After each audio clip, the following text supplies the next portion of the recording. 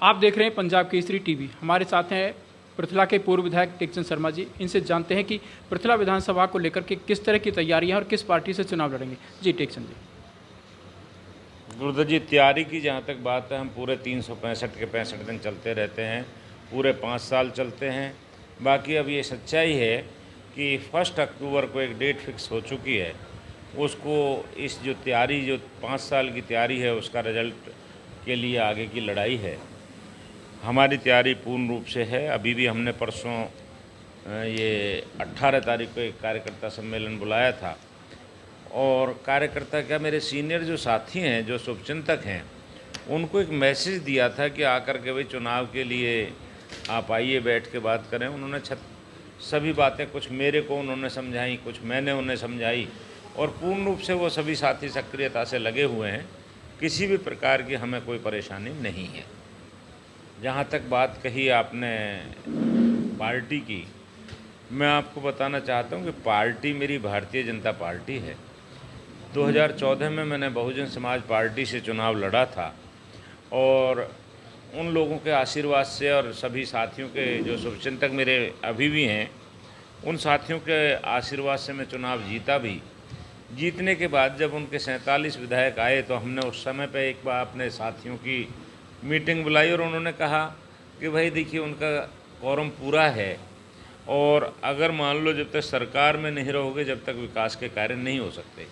हमने बिना शर्त उन्हें समर्थन दिया था। मैंने कोई व्यक्तिगत लालच में समर्थन नहीं दिया था, और जिसके कारण लगभग 2500 करोड़ रुपए के विकास कार्य हुए। और 2500 करोड़ रुपए के विकास कार्यों में चाहे हमारा दलित समाज था, चाहे हमारा कोई और समाज था, हमारे चाहे किसी धर्म के लोग हों, चाहे किसी बिरादरी के लोग हों, किसी साथी ने चाहे कोई गांव ने वोट दिया नहीं दिया, हमने सर्वांगीण विकास की तरफ हम लेकर के गए। और विकास में भी हम आपको बताना चाहते हैं, मेरे से पूर्व में भी विधायक रहे हैं, मेरे से बाद में भी विधायक रहे हैं। लगभग 17 इंस्टीट्यूट हम अपने क्षेत्र में एजुकेशनल, स्वास्थ्य से रिलेटेड, और जो फिजिकल एजुकेशन के जो संस्थाएं थी, हम लेकर के आए। टेक्निकल कॉलेजेस वगैरह लेकर के आए। और सबसे बड़ी चीज़ तो ये है कि हम जो हिंदुस्तान के अंदर पहली यूनिवर्सिटी थी, स्किल डेवलपमेंट यूनिवर्सिटी, वो भी हम अपने 14 से 19 के दौरान ही लेकर के आए थे। ये सौभाग्य भी हमारे पृथला विधानसभा क्षेत्र को ही मिला। शर्मा जी, आपने 2014 से 19 तक एक तरह से सरकार के साथ भागीदारी रखी है, तो काफ़ी काम हुए आपके। काफ़ी खबरें पिछले दिनों आ रही हैं कि आपने लगभग 2,500 करोड़ रुपए के विकास कार्य अपने क्षेत्र में करवाए। तो उस दौरान ऐसे कौन कौन से काम थे जो आपको कराने थे और जो अधूरे रह गए? एक मैं आपको बताना चाहता हूँ कि 14 से 19 में हमने किए। हम सोच रहे थे कि एक टेन्योर और मिलता उस टाइम पे, तो शायद हमारा बहुत अच्छा ये आज तक इस फरीदाबाद के अंदर, हिंदुस्तान के अंदर ऐसा एक विधानसभा क्षेत्र होता जो कि अपने आप में अनूठा होता। हमने एक नारा दिया है, काम अभी कुछ बाकी हैं। जो हमने 14 से 19 कर चुके हैं, वो हमारे काम तो हो गए, जिनमें कुछ छोटी मोटी कमियां हैं, अधूरे रह गए, माननीय जो विधायक के द्वारा, प्रेजेंट विधायक के द्वारा नहीं कराए गए, जिनका ये आभास वो हमेशा ये कराते हैं कि भाई मेरे को 2.5 साल मिला। अरे 5 साल पूरा मिला, 2.5 साल के क्या, आपने 2.5 साल मिला तो 2.5 साल के तनख्वाह उसको सबको छोड़ करके आप कह सकते हैं कि मैंने 2.5 साल की लेनी है। ये सब बरगलाने वाली बातें जो चलती हैं, उनसे कोई फ़ायदा नहीं है। मैं आपको एक बात बताना चाहता हूँ। देखिए, पृथला हमारा ग्रामीण क्षेत्र है। हमारे यहाँ मोहना में कट जेवर एयरपोर्ट से मिल चुका है।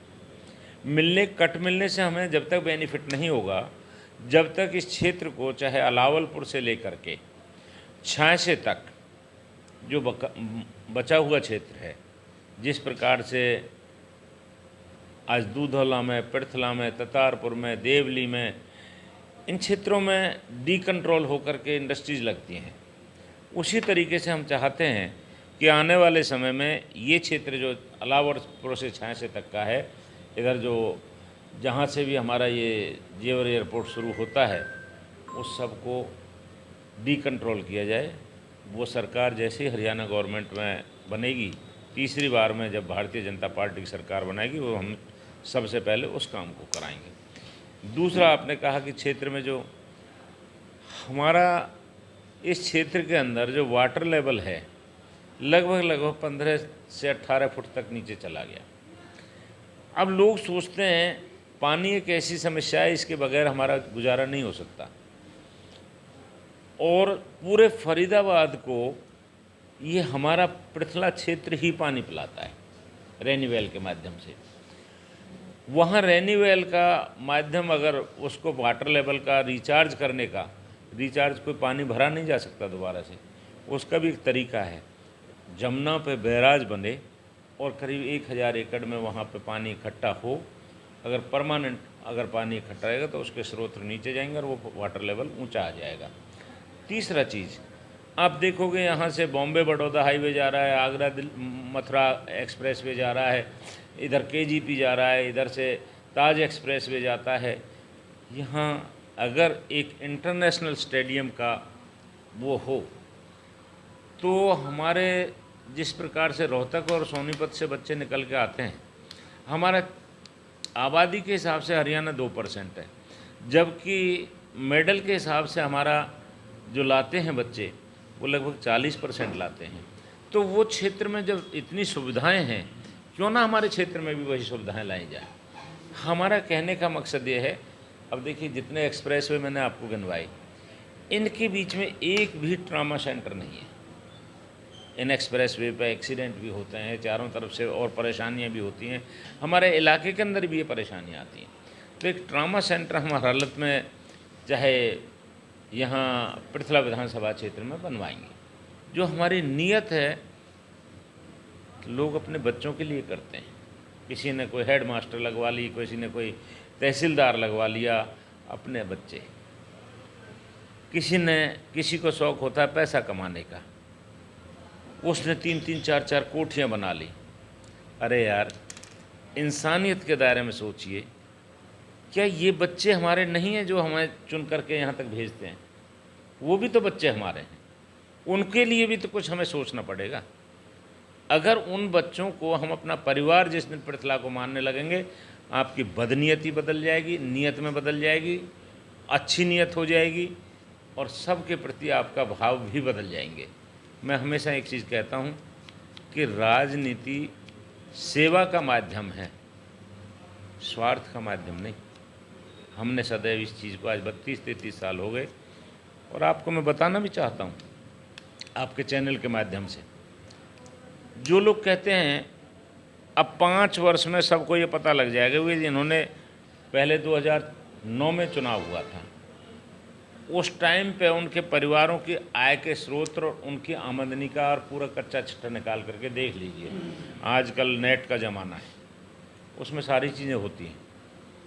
और जैसे ही विधायक बनने के बाद उनका भी देख लीजिए, मेरा भी देख लीजिए, कहीं पे कितना बड़ा बदलाव आता है, एक सोचने का विषय होता है। हम इंसानियत के दायरे में एक चीज़ कहते हैं सबसे, कि आप 104 गांवों का जो एक 18 साल का बच्चा हो चुका है, उसके मन में भी भावना है कि मैं भी एक अफसर बनूं, मैं भी एक अच्छा व्यापारी बनूं, मैं भी एक अच्छी तरीके से इंजीनियर बनूं। उसको जब तक संसाधन हम नहीं दे पाएंगे, उनको कैसे उम्मीद लेके चल सकते हैं? टिक सिंह शर्मा जी, कांग्रेस पार्टी से विधायक रहे हैं रघुवीर सिंह तेवतिया। वो तो हर जनसभा में यही कहते हैं, गांव-गांव जा कर के, कि मैंने अपने कार्यकाल में हज़ारों बच्चों को नौकरियां दी हैं और निस्वार्थ रूप से नौकरी दी हैं। भाई साहब, एक बात बताऊं, किसी विधायक के हाथ में पहले पर्ची और खर्ची की प्रथा थी, उस पर्ची खर्ची की प्रथा को हमने ख़त्म किया। उसमें विधायक कैसे कहते हैं, मैंने जिस तरीके से, सुनो, आप वो कहते हैं ना, आप उनसे, जैसे मैंने लिख के दिया कि मैंने ये 2500 करोड़ रुपए के विकास कार्य कराएं, आप उन विधायकों से एक बार लिख के मंगवा लीजिए कि उन्होंने कैसे नौकरी दी है। वो नहीं दे सकते, उनके मन में चोर है, उन्होंने किसी का हक छीना है। उन्होंने 90% वाले बच्चे को निकाल करके 70% वाले बच्चे के काम किए हैं, तो वो उन्होंने नहीं दिया, उन्होंने 90% वाले का हक छीना है, जिसके वो बहुत बड़े पाप के भागीदार। आज मैं कहता हूँ, हमने नौकरी दी है, नौकरी कैसी दी हैं कि सरकार के माध्यम से तो जो होना था वो तो अपने इंटेलिजेंस ही पे बच्चे लगे हैं और उसमें हमारा कोई कंट्रीब्यूशन नहीं है। बाकी मैंने एक ऐसा पौधा लगाया है जिसके अंदर हर साल कम से कम 2 से 3 हज़ार बच्चे हर साल नौकरी लगेंगे। अब तक स्किल डेवलपमेंट यूनिवर्सिटी जो हम लेकर के आए थे उसमें लगभग अभी 3 साल उसे बनते हुए चलते हुए हैं, जिसके अंदर 4,000 बच्चे तो रेगुलर नौकरी पर जा चुके हैं। और वो ऐसा नहीं है कि भाई टेकचंद शर्मा है तो वो नौकरी लगेंगी। आज मैं नहीं था तब भी नौकरी मिल रही है, आगे कोई रहे ना रहे, जब हम जीवित भी नहीं रहेंगे वो जीवन पर्यंत पीढ़ी दर पीढ़ी चलेगी और बच्चों को रोज़गार हमारे क्षेत्र में मिलेंगे। शर्मा जी, आपने एक और आरोप लगाया कि पूर्व विधायक जो रघुवीर सिंह तेवतिया हैं उन्होंने अपने परिवार के लोगों को नौकरियां दी हैं। कितने लोगों को ऐसी नौकरियां दी हैं? देखिए, दोनों, मैं ये कहना चाहता हूँ, उनके बच्चे तो पढ़े लिखे हैं नहीं, कोई 10वीं फेल है 10वीं पास है पता ना, बाकी दोनों की पुत्रवधुएँ लगी हैं, आप जा कर के वेरीफाई कर लीजिए। कोई नायब तहसीलदार लगाए तो कोई टीचर लगाए। मैं आपको बताना चाहता हूँ और मैं चैलेंज करता हूँ इस मदरजाना फरीदाबाद के अंदर, मेरे बिटियाओं के बराबर किसी पॉलिटिशियन के बच्चे पढ़े लिखे हों तो मैं शर्त लगाता हूँ इस चीज़ की। मेरी बड़े वाली बेटी MD है, दूसरे वाली बेटी मेरी LLM करके PhD करके, तीसरे वाली ने MBBS किया है और वो PG की अपनी तैयारी कर रही है। मैंने कभी गवर्नमेंट जॉब के लिए नहीं कहा, मैंने कभी उन्होंने अपना व्यक्तिगत विधायक वाला फतवा नहीं सुनाया कि मैं विधायक हूँ मेरे बच्चों को नौकरी दो। आज अच्छी जॉब कर रहे हैं, प्राइवेट में गवर्नमेंट से भी ज़्यादा सैलरी मिलती है, लगे हुए हैं अपने मर्जी से अपनी मेहनत से। अरे बच्चों को पढ़ाओ लिखाओ यार, सक्षम बनाओ, जिससे ये बच्चे खाली वो 3 नहीं है, मेरे पृथला का हर बच्चा मेरे अपने परिवार का हिस्सा है। इसके लिए चाहे मैं कुछ भी करना पड़े, मैं जीवन में ना कभी झूठ बोला है ना कभी झूठ बोलूँगा। लोगों को अलग अलग तरीके की, आप कहते हैं नौकरी उनके टाइम में मिल जाती थी, हमारे टाइम में तो अपनी योग्यता पर नौकरी मिली है और योग्यता के हिसाब से मिलेंगी। शर्मा जी, आप भारतीय जनता पार्टी के टिकट पर चुनाव लड़ने की तैयारियां कर रहे हैं, लेकिन जब हम पृथला विधानसभा क्षेत्र के गांव में जब जाते हैं, गांव के लोगों का कहना है कि गांव इस बार हम बदलाव चाहते हैं, क्योंकि भारतीय जनता पार्टी के इस राज्य में ना बिजली मिली लोगों को और ना ही सड़कें रही, जिससे कि यहाँ पर जो इंडस्ट्री जो आई हैं वो भी भागने के कगार पे हैं और लोग आते जाते हैं तो सड़कें बहुत टूटी फूटी रही हैं, लोग काफ़ी परेशान रहे हैं और किसी ने कोई सुनवाई नहीं की। गुरुदत्त जी, आपने बहुत अच्छा क्वेश्चन किया है कि वाकई 5 साल हमारा दुर्भाग्य रहा कि जो हरियाणा के मानचित्र पे हम लेकर के आए थे उसको वापस वहीं पे ला करके खड़ा कर दिया। ये सड़कें ऐसी नहीं है कि भाई एक दिन बनेंगी तो दूसरी बार, ये सड़कें ऐसी चीज़ है जो बनती हैं 2-4-5 साल में टूटती रहती हैं। बाकी मैं अपने साथी की निष्क्रियता पर बहुत दुख व्यक्त करता हूँ। आपने 14 से 19 भी देखा होगा और 14 से 19 में एक भी सड़क ऐसी नहीं थी जिसमें कि कोई परेशानी हो, ना कोई इंडस्ट्रीज़ वाला परेशान था, ना कोई हमारा साथी परेशान होता था। बिजली की जहाँ तक बात की है, मैं आपको बताना चाहता हूँ, मेरे पास 68 गाँवों में मैंने जगमग स्कीम के तहत सारी तार चेंज कराई, सारी जगह ट्रांसफार्मर लगवाए, 20 से 22 घंटे 24 घंटे तक बिजली आई। आप कहते हैं सड़कों की, सड़कें मैंने कम से कम वहाँ 130 किलोमीटर की नई सड़कें बनवाई थी। काम करने की नीयत होनी चाहिए। इसीलिए जो ये चुने जाते हैं प्रतिनिधि, इनके अंदर एक जज्बा जब तक नहीं होगा, वो इस क्षेत्र को अपना घर मान करके नहीं चलेंगे, तब तक ये आगे पॉसिबल नहीं। लोग सिर्फ अपने मकानों तक, अपनी दुकानों तक, अपने परिवार तक सीमित होकर के रह जाते हैं, जिसके कारण सबसे बड़ा नुकसान जो जनता जनार्दन हमें एक इतना सिर का ताज बनाती है, उसको बाद में 5 साल में उसी तरीके से उतार भी देती है। अगर इतने अच्छे कार्य किए होते तो 3 बार चुनाव लड़ाए, 1 बार गलती से चुनाव जीत गए, 2 बार से चुनाव क्यों नहीं जीत पा रहे? ये कांग्रेस के जो विधायक हैं, और अब की बार के विधायक का पता कर लेना, उसको 6 तो टिकटें दे दो, चाहे किसी पार्टी की दे दो, उसको लोग इस तरीके से तैयार बैठे हैं कि आने वाले समय में 40 दिन में पता लग जाएगा। लड़े तो सही चुनाव। नहीं, तैयारी तो पूरी है और हाँ, तो हम तो कह और रहे उनका तो यही कहना है कि मैं भारतीय जनता पार्टी की टिकट पे ही चुनाव लड़ूंगा और भारतीय मुझे जनता टिकट मिलने वाली है, मुझे मिलेगी टिकट। अच्छी बात है, अगर भारतीय जनता पार्टी चुनाव देती है, लड़ाती है तो अच्छी बात है। बाकी उन्हें शायद उनके जो ख्याली पुलाव हैं कभी ना पूरे होने वाले हैं। उनके दिमाग में जो उनको अच्छी तरह से लोग समझ चुके हैं, उनके बारे में समझ चुके हैं, उनकी भावनाओं को और उनके क्रियाकलापों को, मैं क्रियाकलाप शब्द कह रहा हूँ एक, मैं आप ध्यान रखना, उनके क्रियाकलापों को, हर चीज़ को ये क्षेत्र की जनता भी जान चुकी है, सरकार भी जान चुकी है और इलाके के अंदर हर व्यक्ति उस चीज़ को समझता है। मैं ज़्यादा नहीं कहना चाहता। वो तो कहते हैं कि उनकी भाषा शैली है जो बड़ी विचित्र सी है, जैसे कि अनपढ़ आदमी बात करता है, उसमें शायद बात करने का लहजा ही वो भूल जाते हैं। उन पर सिर्फ सवेरे से शाम तक बकवासबाजी के सिवा, झूठ बोलने के सिवा, लोगों को बरगलाने के सिवा, खाली जो वहाँ पे जो माहौल बनाते हैं। एक कोई साथी कह रहे थे जी चंडीगढ़ में बड़ी सेवा की थी, जन किस तरीके की, अब क्यों कहलवाते हो, सारी बातें उनके बारे में लोग जानते हैं। मैं ज़्यादा नहीं कहना चाहता। मैं तो यही कहूँगा कि आने अब 2-4 दिन में, 5 दिन में मैं अगर यूँ कहूँ कि भाई ये है सबके सामने होगा, आप लोग भी उसमें गवाह होंगे, चुनाव भी लड़ेंगे, भगवान कृपा से चुनाव जीतेंगे, जनता जनार्दन के आशीर्वाद से जीतेंगे और तीसरी बार नायब सैनी जी के नेतृत्व में भारतीय जनता पार्टी की सरकार बनेगी और विकास की जो आंधी है, जो रुकी हुई है, जो विकास के कार्य रुके हैं, उन्हें पुरानी गति को साथ लेकर के दुगनी गति से बढ़ाएंगे। ये हमारा मुख्य ध्येय है।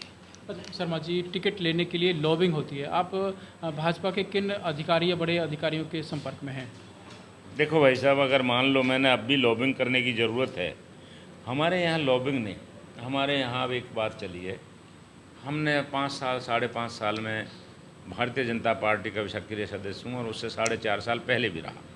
तो भारतीय जनता पार्टी के बारे में मैं ये जानता हूँ किस आदमी को उठा करके कहाँ पहुँचा दे, कोई पता नहीं।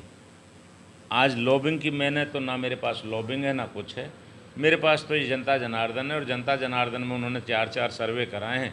उन्होंने साफ जवाब दे दिया कि भाई हमारे बारे में उनके क्या विचार हैं, क्या नहीं है, वो सब चीज़ें उनके पास पहुंच चुकी हैं।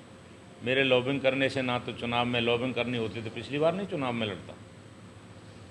मैंने अब की बार उन्हीं पे छोड़ा था कि अगर आपको लगता है कि मैं वाकई विनेबिलिटी के नज़दीक हूँ तो मेरे को टिकट दो। अच्छा शर्मा जी, किसी कारण से जैसे कि आप आश्वस्त हैं और चर्चाएं भी हैं कि भाजपा की टिकट आपको मिलने वाली है, अगर किन्हीं कारणों से टिकट नहीं आपको मिलती है तो फिर भी आप चुनाव लड़ेंगे क्या? बड़ा विचित्र सा मामला है। एक बात बताइए, जब आप कह रहे हैं कि मतलब चर्चा भी है, तो हम इसको नेगेटिव सोच क्यों बनाएं? जब होगा, जब देखेंगे, जब लोगों से मिल करके जैसे वो डिसीजन करेंगे उस हिसाब से सोचेंगे। अभी तक तो हम आश्वस्त हैं और हमारे साथी भी पूर्ण रूप से आश्वस्त हैं कि वो भारतीय जनता पार्टी के चुनाव पे, वो चुनाव चिन्ह पे, कमल के फूल पे चुनाव लड़ेंगे। आप निश्चिंत रहिए, बहुत जल्दी आपको एक खुशखबरी मिलेगी। बहुत बहुत धन्यवाद। ये थे हमारे साथ में पृथला विधानसभा से पूर्व विधायक टेकचंद शर्मा जी। इन्होंने अपने मन की बात की है और किस तरह से जो तैयारियां की हैं। इनका कहना है कि तीसरी बार फिर हरियाणा प्रदेश में भारतीय जनता पार्टी की सरकार बनेगी, मुख्यमंत्री नायब सिंह सैनी बनेगी और पृथला विधानसभा से भी कमल खिलेगा और इनको पूरा भरोसा है कि भारतीय जनता पार्टी इन्हें टिकट देगी और ये जीत करके विधानसभा में बैठेंगे। पंजाब केसरी टीवी के लिए साथी कैमरा पर्सन करण के साथ गुरुदत्त गर्ग, पलवल। हमसे जुड़े रहने के लिए हमारे YouTube चैनल को सब्सक्राइब करें और नई वीडियो की नोटिफिकेशन के लिए बेल आइकॉन को दबाएं। अगर आप ये वीडियो Facebook पर देख रहे हैं तो लाइक जरूर करें और ज्यादा से ज्यादा शेयर करें। धन्यवाद।